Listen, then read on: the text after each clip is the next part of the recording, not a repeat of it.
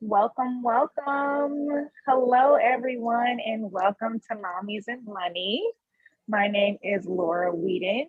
Myself and the lovely Tanisha Steiger are your hosts today. So, welcome, welcome. We are so happy to see you. We actually have some ladies with us live, and you'll hear from them in a few. Just a little bit of background info for you guys.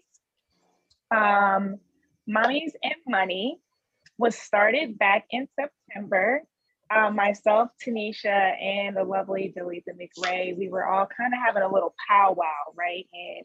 And we were discussing on how we can make our financial literacy campaign personal. And we were just tossing ideas around, and bam, I'm a mother. I have a 12-year-old son. I'm a wife, and we were like, hey, Mommies and Money, let's do it. And so that is how we came to be. I am actually a massage therapist by trade. And unfortunately, due to coronavirus, my job was shut down. I wanted to do more. I wanted to know more for myself about my finances. And I was fortunate enough to meet Tanisha. She opened my eyes to the world of finances, and it's been a blessing ever since, because now that we have this platform, we can show others how to become their own money manager as well. I wanted to do more for myself and my family, and I definitely, even though I love doing massage therapy, I basically wanted to do more than what my hands could provide. And so again, with this platform, we are able to reach so many individuals, and we are so excited to be here with you today. Tanisha, would you like to share a little bit about yourself? We're going to keep this quick. We're going to keep moving. Hi, Facebook Live, everyone out there in Facebook world. I'm Tanisha Steiger. I am not a mother just yet, but I will eventually be one. So I am a mother in training, or MIT, if you will. I definitely love the fact that I get to co-host with this beautiful lady named Laura with this brainchild that she had. And I am just making sure that, hey, just not getting the word out to all the mommies that I know, but just be able to have these discussions, especially as going on in our community, and have a platform to be able to express it. So I am very happy to be working alongside Miss Laura Whedon for doing this. And yeah, I've been in financial services for about 2 years, going on 3 years now. And it's definitely opened my eyes when it came down to a lot of things that are missing in the Black community, and not just the Black community, but mainly a lot of communities are out there. But I am definitely focused on making sure that my community knows what we should be doing and what we should be expecting, as well as finding solutions to a lot of our problems that we're all facing today. So thank you so much for letting me share, Laura. Absolutely. So I wanted to just let you all know that our mission statement is simple here at Mommies and Money. We are in pursuit of excellence in the breaking of generational curses by empowering women and mothers through financial education to ensure a better future. And so with this platform, we just want to break those cycles, empower women, and help people to gain control of their finances. So again, Facebook family, if you have actually, I would love to hear from you guys. I would love to hear you shout out. You can definitely drop comments below, because we are happy to see you. We are happy that you are here. And as I mentioned before, I have some beautiful queens on the panel today that I would love to introduce to you. We have the lovely Tanaka Cross and Angela McKay. Thank you, ladies, so much for joining us this evening. Would you please care to share a little bit about yourselves? I'll start with you, Tanaka. Good evening. As she said, my name is Tanaka Cross. I came into this business, I guess, around the end of October. I am currently active duty Navy, looking forward to retirement September. So just looking and working on my financial future, getting my life insurance and everything together. Met with one of the trainers and senior marketing directors, Miss Delita McRae. And, just kind of came about. This is something that became of interest to me. I actually work in financial field in the military, but in learning the different things that are going on or what I needed to do to prepare for my future, I realized that there was a gap, and I felt that I needed to step in and to be able to help bridge that gap. So that's why I'm here. And I'm also a mommy of one, a teenager, which is a trying time. So I am counting down to 2024 till my child graduates, so I can try to set my child on the right path, financially stable for my child's future. So I'm glad to be here. So awesome. Thank you so much, Tanaka. That is awesome. Angela, my dear, how about you? Hello, Miss Laura. How are you doing today? Well, my name is Angela McKay, and I am a mother of five. And I joined, financial education because the education is just needed in our community. It's needed in our like Tanisha said, in our Black communities, because we were not taught how to manage money, how to save our money, where to save it, where to grow it, and how to invest it. So we wanted to change that dynamic, especially for our women, especially for our mothers. So this is why we are here tonight, to share some of that information with you all, and we are glad to have you on. Thank you. Thank you so much. So really quick, I just wanted to shout out Fathers and Finance. They are on Tuesdays at 6:30. And as you see here, we are on at 6:30 on Thursdays. Every week you can catch us. If you've missed any segments, definitely pull us up on YouTube. You can find previous recorded segments and tune in next week with both of us. So we're gonna jump right into our juicy topic today. I'm really excited to talk about divorce, child support and alimony, and the double standards that follow. So I bet y'all didn't realize there were some double standards with divorce, child support, and alimony, but they are out there. So I wanted to kind of start off with a few facts, a few stats that I actually found in my research. So, according to the 2020 census data, 39% of marriages end in divorce. And surprisingly, it's on a decline from 50%, and that was about 40 years ago. So, it's interesting to me that the divorce industry is a $50 billion industry. And that was according to statistics from 2016. You can imagine what it could be like now. So why are people getting a divorce? What are your thoughts? I see you gonna say I'm gonna something. say like cheating. I mean, because there's so many different reasons why somebody will get a divorce. I'm not really trying to get a divorce, but I would say probably infidelity is probably number one. Money is the Money. number one reason Oh. that Okay. people get a divorce. And it's Really? because most people have like this preconceived notion about their finances. A lot of people are being secretive. They have this me, I mentality. They keep separate accounts, or there's a lack of communication in the relationship when it comes to their finances. So I'm actually not really surprised, to be honest with you, that finances and money issues is the number one reason for divorce. I see you shaking your head, Angela. What were you gonna say?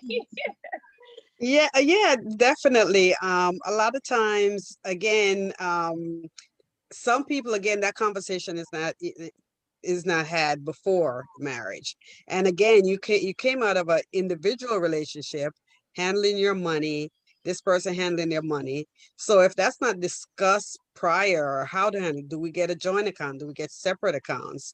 Do we have a family account? And then you come in and you're still doing what you did while you were single. Yeah, that can definitely create issues in a marriage. Or one person's a saver, one person's a spender. That could also create issues. So definitely, I can see I know fathers. that's right. Actually, in my with my marriage, me and my husband, I'm the saver. I'm the one who does the budgeting, and he's just like, "All right, babe." So what do we got? What can I spend? Like, my husband is so funny about that. But you're right. A lot of people in their relationships, it's one or the other.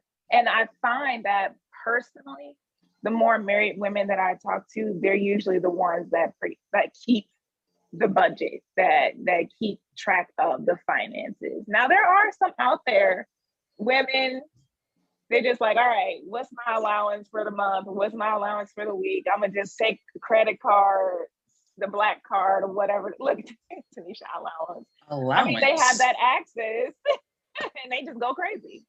So, I mean, that's what's happening. There's a lot of stuff going on out there, right? But I mean, is that the situation? So when you're sitting there saying, when most people get divorces on, it's the financial aspect. And like Angela sat there and said, so we're individuals at first, and we come together and we're not having that conversation. But you're talking about two conjoining people coming together. Like, you should be having that conversation. Maybe that's just me, but I feel like you should be having that conversation in the beginning, right? Well, a lot of people, communication is a huge issue in a lot of relationships, but that's a whole nother topic of discussion. But you did hit on one thing that I wanted to also bring up. Number 2 reason why people get a divorce is infidelity. So you weren't far off, Tanisha. And I'm gonna say I'm not surprised with that number either. That is on the list at number 2. Who do you think is sneakier with it, men or women? Women? You think so? Women. Yeah, girl. Definitely women. Yeah, I got pay. There's reasons why I have certain apps on my phone so I can catch up with my little nieces that are out here being fast at the age of like 12, 13, 14. So I may not be a mom, but I gotta be the double. Oh, so this is what you think you're doing, and I gotta shut it down and let their mamas know what's going on. So I think women are definitely sneakier than men are. Men can't handle all that. Like, they try. It's cute. They try, but they don't know how to sit there and actually get that done. Or all the Medea movies have taught me that they don't know exactly. I would actually agree with that. Women are a little bit more conniving and sneakier when it comes to infidelity. But I'm actually going to come back to that when we talk about alimony, and some of the things that people pretty much say, you know, that whole saying, it's cheaper to keep her. Interesting that women, and that's a statistic that I might have to research when it comes to divorce. How many divorces end because women were the ones who were unfaithful. But anywho, sexual compatibility was number 3 on that list as to why people get a divorce. And that's interesting to me. But I guess I get it. I don't know. What do you think, Tanisha?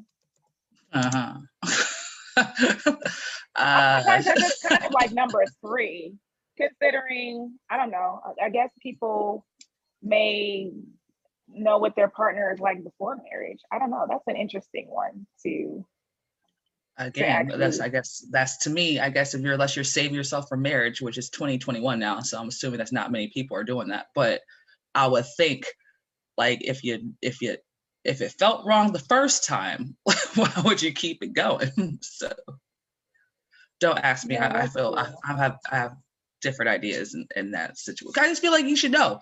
Like, there's certain things you should know about. Like, when it comes down to the being intimate part, if we're gonna be intimate and does it feel right, that's gonna be a big part of, like, you know, could I do that for the rest of my life with this person? So you should have probably answered that question before. It's like the prenup situation. Like, you should have probably answered that question before you even got into the marriage, in my opinion. Could be wrong. Well, maybe it's the lack of intimacy. Oh yeah, that's a good one. That's a really good one. Okay. Mm-hmm. Well, let's go into this whole thing about divorce, child support, and alimony, and the double standards. Now that we know that it's a $50 billion industry, and we know the reasons why. Actually, I wanted to mention before we move on, I found in an article that the decline of divorce is increasing nowadays because more people are waiting until they are more established financially to get married. And so you're going to see a lot less divorces because people, you know, have their finances together. And the age range is about 27 to 29. And before it was about, I think it said 21, 22 years of age. So there's a little bit of an age difference in people wanting to be more established instead of just getting married and figuring it out, and perhaps that lack of communication when it came to their finances. So I thought that was pretty interesting. And then also a lot of people are not getting married at all. So you're going to see a decline in divorce because people are just cohabitating. So I thought that was pretty interesting. What is cohabitating? So you're married without the papers. That's all it comes down to. So even when you like, it's easy to get married, but it's harder to get oh no, actually, because when we were looking up divorce and everything else, the first things that popped up was all these lawyers' offices and how to sit there and get divorced within like 2 days or something. So obviously, is it easier to get divorced than it is to get married? I think what people want the show of a wedding, I think more so than the actual marriage. And that's just maybe my opinion, because the divorce rate, you know, a lot of marriages fail within that first year. People don't perhaps know each other, or they just jumped into things, or again, number one reason, finances. So I don't know. I would say it's definitely easy. But then again, weddings are a $1 billion industry too. So what's that, Angela? I see your wheels turning. You know, Mama Angela gonna have something to say. No, I was just thinking, no, you were saying that the divorce rate is lower because of cohabitating. Well, one of the reasons is because when they don't need to get divorced, so that number is not counted. So you know, but the people that do get married, then that number is counted. But I think it's just as easy. I think it's just as easy or hard, whichever way you go, because it depends on the couple and what's going on. So just as easy as getting an easy married by going to the courthouse, or the wife or the groom who wants the elaborate wedding and it takes 2 years to plan and execute, or in the divorce where both people decided that, you know, it's time to part and they make it easy, or they're killing each other all the way to the courthouse that and draws it out for 2 3 years or whatever. So again, no, you know, there's no situation that's going to be the same. There's going to be different depending on the individuals. So That's a great. So if we move on along to discussing the double standards of alimony, I find it interesting that now, well, alimony and child support, especially child support, that more and more women are actually paying child support. However, well, they are ordered, they have a court order to pay, but a lot of them don't pay. And they're not being, there's like no consequences to it.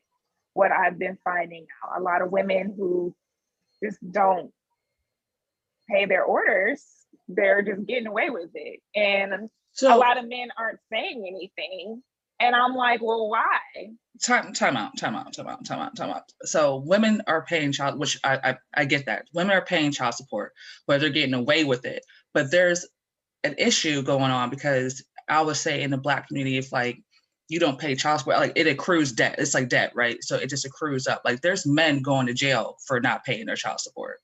So that completely is a double standard, because if women are getting away with it and men are they're going to jail for not paying child support. Do you think it's the systematic situation, or is it just geared to is it just geared to women just getting off easier? I think that goes hand in hand, to be honest with you. A lot of men would argue that the system is set up in favor of the woman. But there are different factors when it comes to that. For example, it says that, oh yeah, you made a good point, Delita. A lot of men get away with it too. A lot of men do not pay their child support. However, a lot of men are going to jail for not paying that child support. So, with that being said, I do think that the courts are more in favor for women. And it's been like that for a while. 4 out of 5 women are custodial parents, and that's 79%.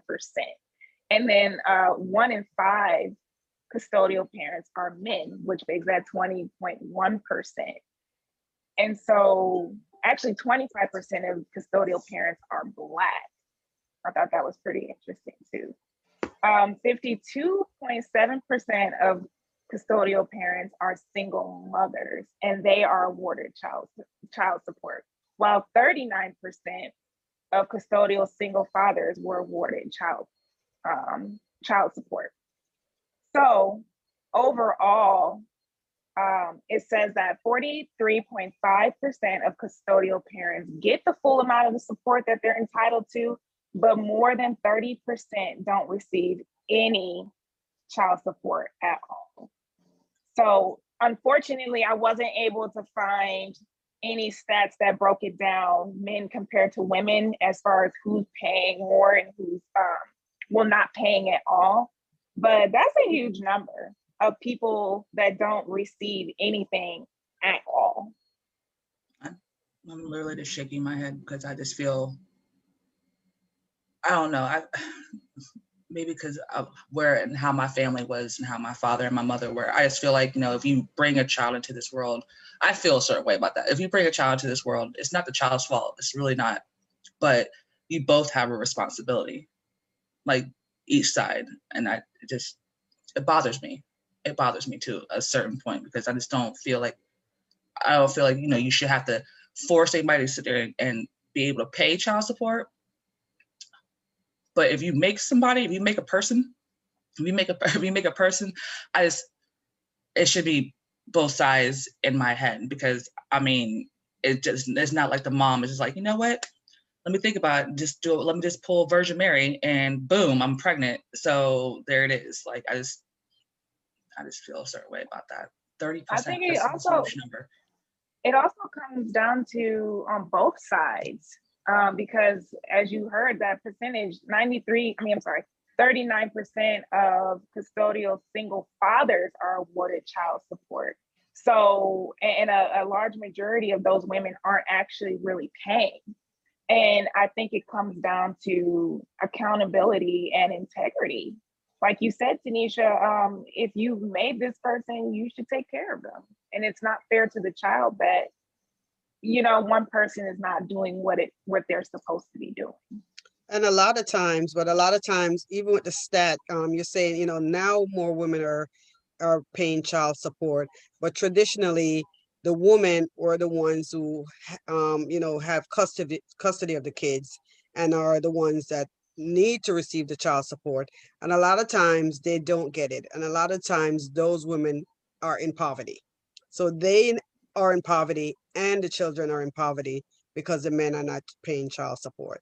I think where most the men that do get awarded the child, and again it's just a society, it's it's nothing against the men, nothing against the woman, but it's just the way society has always been, where the woman get custody of the child versus the man.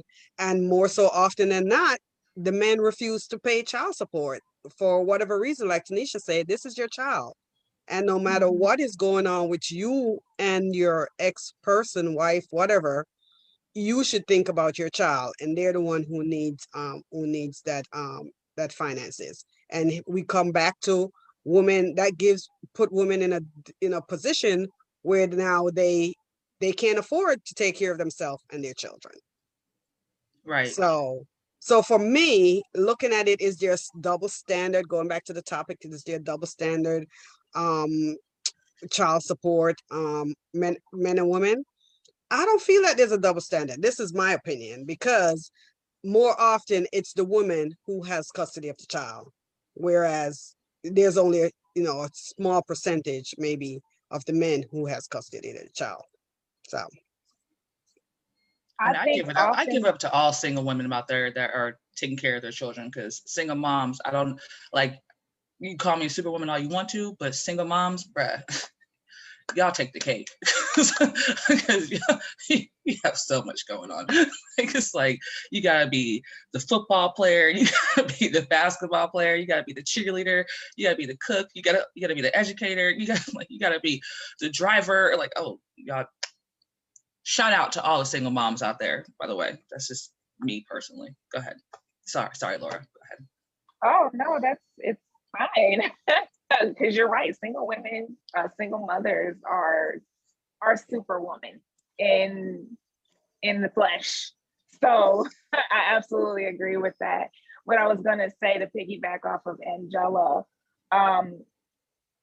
it's interesting because you don't hear many men speak out about their injustices that they feel perhaps when it comes to women not doing what they're supposed to be doing, taking care of their children or paying that child support. Or some of the horror stories of women basically using the system to be spiteful. That's actually something pretty big out there. And I mean, I talked to my husband and he had this whole spiel about, women are using the system and are encouraged by the system to not work just so they can get, assistance from the government. And I mean, looking at some of the articles that I've read, a lot of people have made comments about that as well, but you just don't hear about it. And a man who would speak up would be considered weak. Or, well, why are you expecting that from a woman anyway? Aren't you the breadwinner? Aren't you the provider? And so a lot of men just pretty much take it. And then what Miss Dalitha sat there and said, she said, it used to be and women were in favor, hands down, and then now mediators will sit there and tell you blatantly that this will not be an automatic win.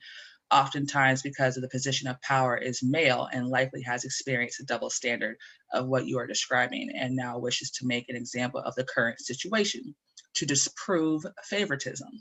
So, and she's right, there is different standards by different states. She's completely 100% all right. Because I know California has like they always favor the mom. So you always go in the woman's favor. I don't know how Georgia is, so. I think even in Ohio, they will go after the mother for lack of paying child support. So she will definitely be handled accordingly. Wow. So let's move on to like alimony. This is not as big as child support. Actually, alimony nowadays is only 10% being awarded. People will either spouse. I find it interesting that there are women paying alimony because, again, you just don't hear too much about that. But there are women that pay alimony to a man when it's usually the other way around. What are you going to say? I am sorry, I ain't paying no man no child support. Oh no, not alimony. I'm sorry. I ain't paying. Like that's where the prenup comes in. Okay, like you had your lifestyle, I had my lifestyle. That's it.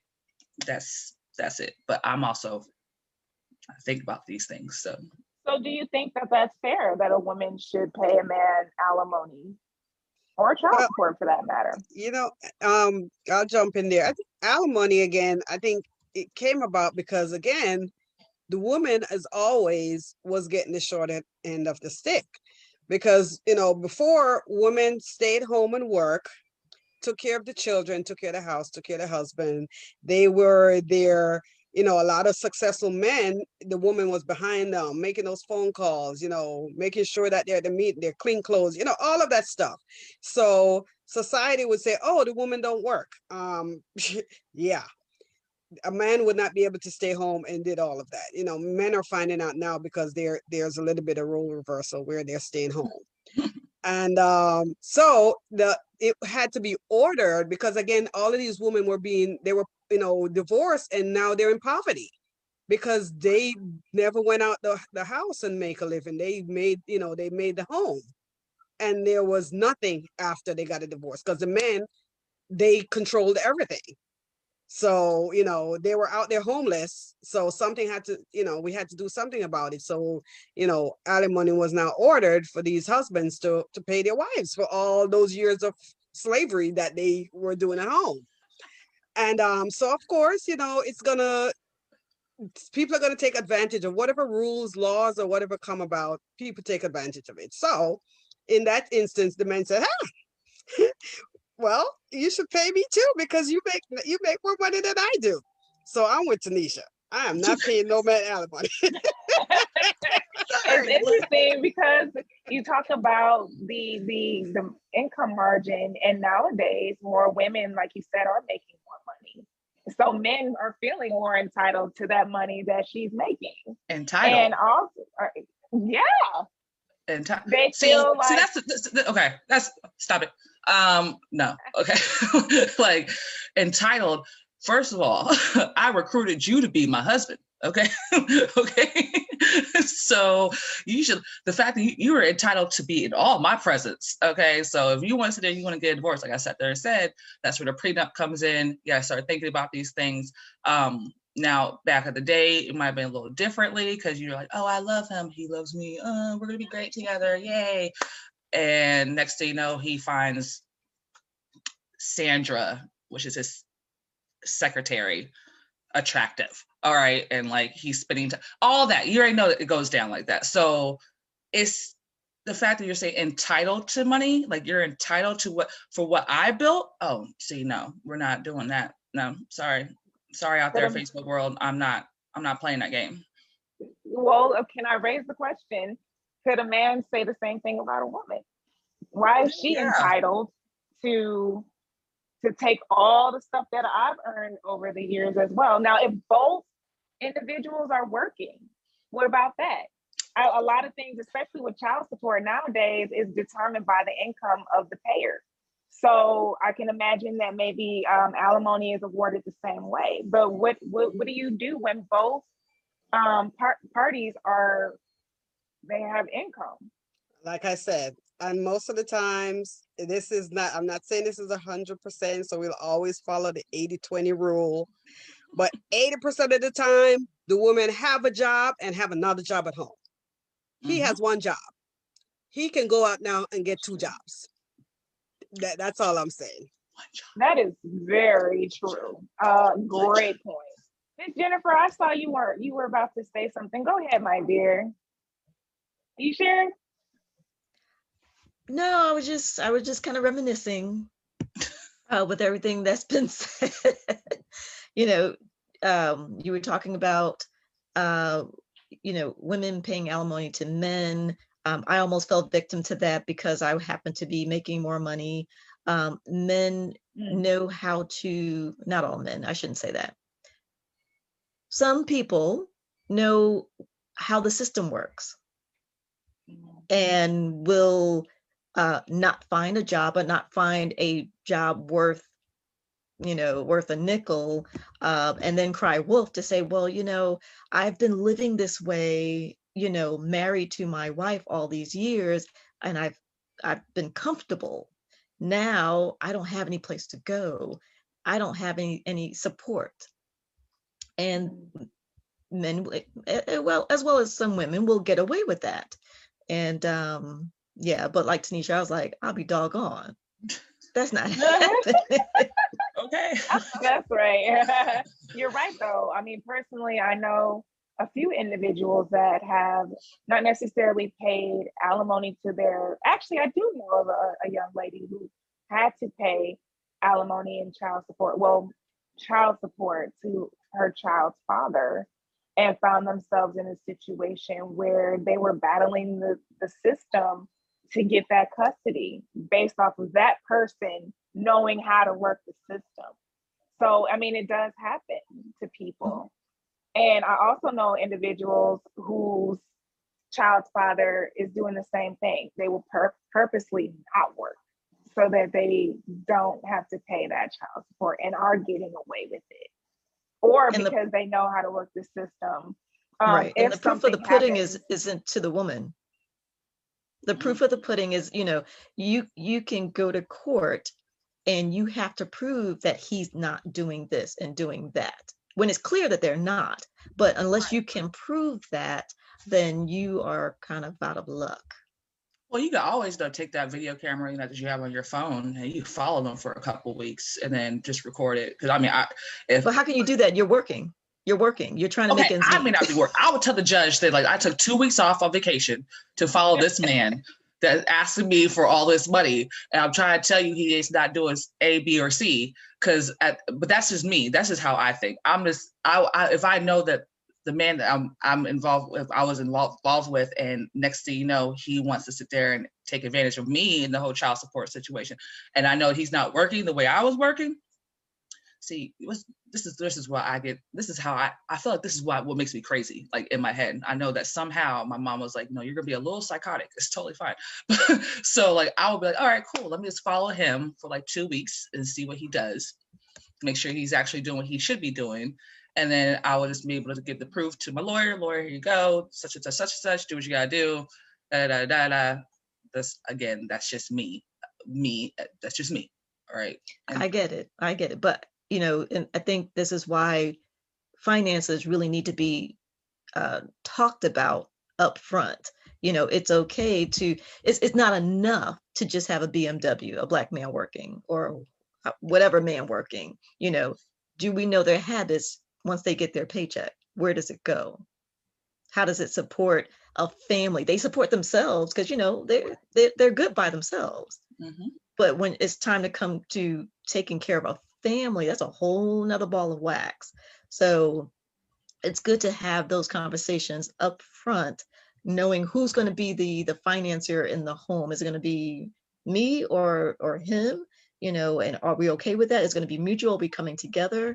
And then the other side of it is, if you have a great marriage, right, make sure that you're sharing these finances, because if something should happen to either one of you, most time the women don't know, and they're like, oh, my husband died and I don't know what else to do, and I don't know where the money is, and da da da da da da da.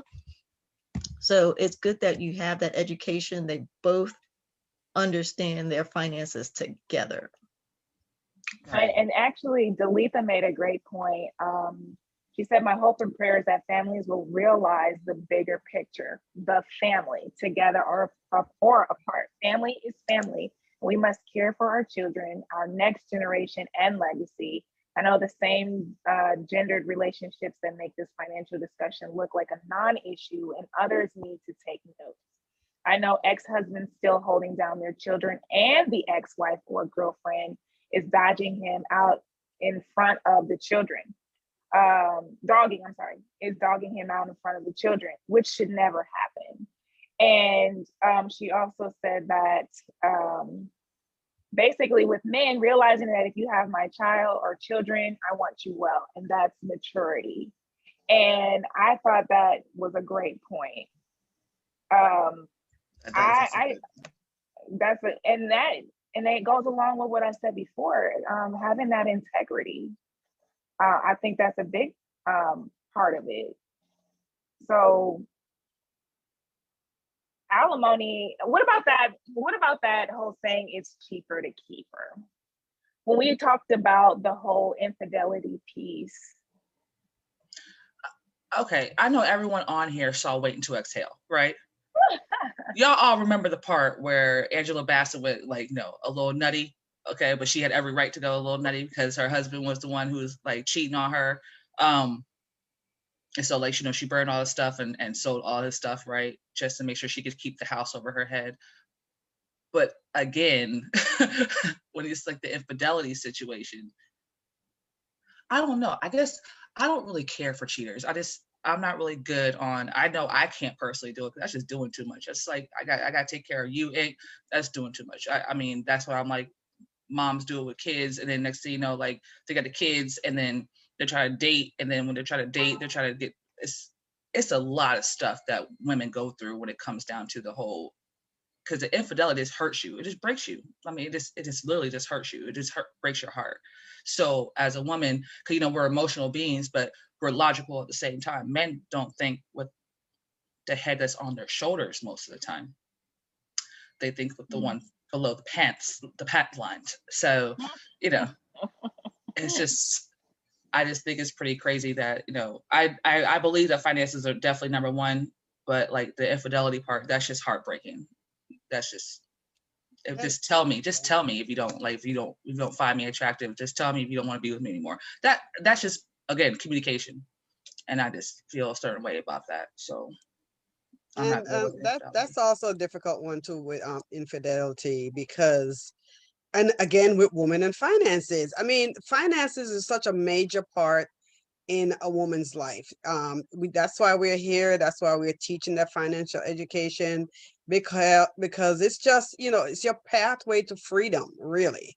Because without financial education, a lot of this thing that is going on, you're like trapped because of, you know, not having a financial background or education. Because with infidelity, it depends on the individual. But some people will stay in the marriage again because they don't have finances. They don't have that money. They're like, what if I leave? How am I going to live? What am I going to do? How am I going to make it? They probably don't even have enough money to file for a divorce. Or again, they might say, you know, how am I going to make it if I have kids? You know, how are we going to get, you know, the kids are used to having, you know, dad at home or whatever. So that's kind of a hard thing. And it is an emotional thing. So most women, you know, I was watching a movie. It's a movie, but the line was, you know, I will forgive you, but I will never forget. So I don't think the marriage, people say they do it and they make it and they go years, but I don't think the marriage becomes a whole after that. I think something is fractured after that. So whether you decide to stay in or get a divorce, I feel that it will never be the same. And a lot of women will tell you that, okay, they make it, they stayed in a marriage, but on what condition? You know, was it exactly the way it was before that happened? So I think the decision that women make again depends on their I think a lot of time depending on their finances, whether to stay or whether to go. I have a friend like that, Angela. I have a friend, actually, she's in a marriage. She's had three beautiful children. And I think it's the infidelity with the husband going on, but she has never worked a job in her life. So when it comes down to like getting a divorce, when it comes down to like being able to live on her own, she has, like, you know, that whole allowance thing y'all were talking about earlier, that's what happens. So it's just like, I totally forgot about her, but no, either way, it's just like, it's crazy to me because maybe because I like to work. I don't know. Maybe that was just me, but I couldn't find myself in that position. I don't think I could ever find myself in that position. If he was a millionaire, would you? If he was a billionaire, okay. I'm asked how he became. First of all, this is a difference. If he was a billionaire and I came in and he wanted to marry me, that's great. Awesome. You have what you built. So I'm going to sit there and pick your brain so I can sit there and do the same thing for myself. And then we just like, so I have my empire, you have your empire. So whatever happens, we can still bring, like, whatever child we bring into this world, we could give our child two empires that were built. So that makes more sense to me. I'm not going to say like, oh, if you're a billionaire, oh, okay, I don't have to work. I can just shop all day. I ain't got that much time. Like, I'll get bored. Like, what you buying at this point in time? Like, what exactly is like so important that you can't find something that you would love to do for yourself? Because I feel if I did, that goes back into like when I'm dating and we're talking about marriage. I want to build an empire. He has an empire. Again, the prenup thing. But in the back of my head, it's like, if we bring a child to this world, I want my child and your child to be able to, like, when they get grown, they have two businesses that they're already running, instead of like if they don't want to go to college. Like, that to me makes more sense than anything else, because I couldn't be that woman who's just not going to work. I couldn't do that. And I know some women who don't, they enjoy being at home. They enjoy being a stay-at-home mom. It's great. I would love to know what exactly was going on The View at home at 2:00 in the afternoon, but I'm pretty sure that's just not my life right now. So now you said that like it's crazy, but like if a billionaire came up to me, I would still tell him, I was like, I'll pick your brain about how you built your business, because I'm going to do the same thing for myself. Absolutely. I completely agree. Sorry for backtracking to alimony. I was just really curious what y'all had to say about the cheaper to keeper comment. But what are some of the solutions? I mean, we've been talking about finances. We've been talking about protecting ourselves in the event of a divorce or having to pay child support or alimony. What kind of advice would you give women or even the men that may be out there on Facebook listening? What advice would you give others on how to protect themselves or be prepared for something like this, to protect yourself first and then be able to say afford child support or alimony? Because like you and Angela said, a lot of people just can't afford it, and so they don't pay it.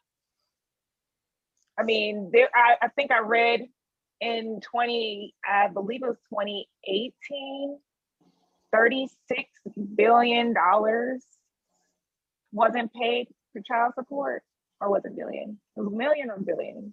It was a large lump. Still too much money. Either way, it's a lot. That's not getting paid. So there's a lot of children not being taken care of, right? So what are some solutions? Okay, see, if I was the wife and I had a husband and we're going through, okay, if I was a wife and I had a husband and I didn't have a job and he was working, and most wives they have the budget, or they're like, I need this for such and such. See, this is where you come and talk to one of us, right? Because I'll be like, yo, IUL all day. Okay, like you protect yourself, you have your money that's growing. He gotta know what kind of plan you have. He be like, baby, it's a term. Don't worry about it. I just need this much money every month just to make sure that if anything happens to me, you're taken care of. He's gonna be like, oh, baby, you thinking about me like that? I appreciate it. See, cool. But what you really don't know is the fact that the beneficiary is our child. And if anything ever happens, I can sit there and withdraw for myself if I need anything to come out of that. I feel like that's when you sit there, that's when you bring in like a VUL, IUL, just for have that backup protection, but you also have that growth. So however long y'all are together, your money's growing. And he doesn't have to know exactly what did Angela say. Some things you just keep a stash of. You don't have to sit there and tell them everything, right? You don't have to sit there and tell them all your business. Be like, yeah, we have. I have a checkings account at Bank of America. I have an IRA over at Chase. Chase is totally fine, honey. You know about all these things. He ain't gotta know about the IUL. He ain't gotta know about that. So can we talk a little bit more about the IUL? Like, if there was a young lady that was watching right now on Facebook and said, I want that for myself, how can we get it to her? Well, she would just have to contact us, first of all, because we magically won't know who she is. So, young lady out there, okay, for all the ladies out there in the Facebook world or wherever you're at, it's very easy to contact us. If you see this live feed and anyone on here, feel free to contact them. We will definitely be able to help you get a plan started with you today. And trust me, the consultation will be free. The word is free, people. Okay, free consultation, right? Because you don't know where you are financially, but you want to be able to at least be able to have a great plan that's going to work for you while you're actually, thank you, Angela. Angela put We Are Phoenix 2027 at gmail.com. I'm going to say it one more time. We Are Phoenix 2017 at gmail.com. Oh, and what did Dalitha say? Hold on, I'm waiting for. So Dalitha said, and have an open and honest discussion. One, have proper protection, not just basic life insurance. Stop being basic. Stop being basic, ladies. Basic is over. That's 2018. Stop it. Okay, it's 2021. We're saying be extra, right? And then have some irrevocable beneficiaries assigned. Discuss wills, trust, have them in place. I'm trying to tell you, as a Black woman, we don't have wills or trusts in place. You got to be able to transfer your wealth. If you want us to talk about generational wealth, great when you want us to talk about real estate, but how are you going to sit there and keep those properties in your family? How are you going to sit there, keep the money within your family? So yes, have those things. Thank you, Dalitha. I appreciate that.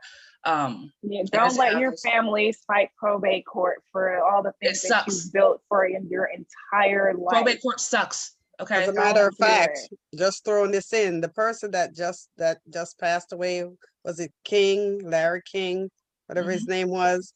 He literally did a handwritten will, excluding his I don't think they're divorced, but they were separated. So he excluded her from his will and said everything should be divided 100% between all my children. So he basically wrote a handwritten will excluding her from his entire estate. I think it's Larry King. And she's now going to probate court because he didn't have a trust. So, and she's going to fight that will. So you definitely need to have a trust, including a will. So all these little financial information nuggets, we are here, we're available. And we also have workshops, and we have 4 workshops available. So Laura can give you some more information about that. And if you contact us at that email address, we can give you that information. Yes, thank you so much, Angela. And just to kind of piggyback off of that, it doesn't matter what your financial status is. If you don't know, then you don't know. I mean, you have this man that is a celebrity or been in showbiz how long, and he's not the only one. We can name off a list of celebrities and athletes that get into financial situations and something happens, they pass, or something happens with their career and they can no longer work. And then they find themselves into financial situations and they can't pass that information. I mean, their finances, their legacy down because they weren't properly protected, or they can't support themselves. It doesn't matter what your status is financially. So, I mean, this is why we have this platform to shed light. And this is why we have these conversations. I mean, yeah, we shoot the breeze, we joke around, but we talk about serious things. Divorce, child support, and alimony, whether there's a double standard or not, people need to know how to protect themselves and their families and pass down that generational wealth and break the generational curses. So as Angela mentioned, we do have workshops 5 days a week. I think it's two or 3 times a day. They're on rotation. So if you miss one, you are definitely able to pick it back up the next week. And there's no order in which you have to take them. You can take them at whatever time in whatever order. And also you can get in touch with any of these ladies you see here. We would love to get you started planning your financial future, becoming your own money manager. Oh, we also, from Dalitha, we have workshops on Saturday mornings as well. And those are announced, whichever workshop you may have missed, you might catch it on a Saturday too. And again, come drop in with us, talk to us. We want to hear from you. We want to see your beautiful faces on Zoom, on Facebook Live. We want to hear from you. And if you have ideas of different topics that you really want to talk about that you know people are not talking about it, we want to talk about it. So don't be afraid to speak up. Don't be afraid to reach out to us. Again, we want to get you started on planning your financial future. Did I leave anything else out, Tanisha? No, you know, like I'm glad that you. So they might not know. So the workshops that you're speaking of include. So there's one for increasing cash flow, debt management. You also have building a strong financial foundation for yourself and proper protection, building wealth and asset accumulation, as well as retirement planning and wealth preservation. So pick and choose whichever one you want to sit there and know more about. The workshops definitely all week long, Saturday mornings as well. The best part about these workshops, they are free. Free. No charge to you. Free. You cannot beat that. They're free. And like Tanisha said, consultation is free. We want to talk to you. We want to help you out. And we want to see you guys doing well. We want to see you building those legacies for your children, building trust fund babies. That's what we're all about here at Mommies&Money, trust fund babies. So we call you to action. We want you guys to join us. Not just converse with us, but join our team, build that wealth, and enjoy what we get to do every day. We get to talk to people like you. We get to have discussions like this all the time. And it's awesome. So I think, what was that? You said something else, Talitha. You can also get your financial wellness this week. And you can schedule a date and time by emailing.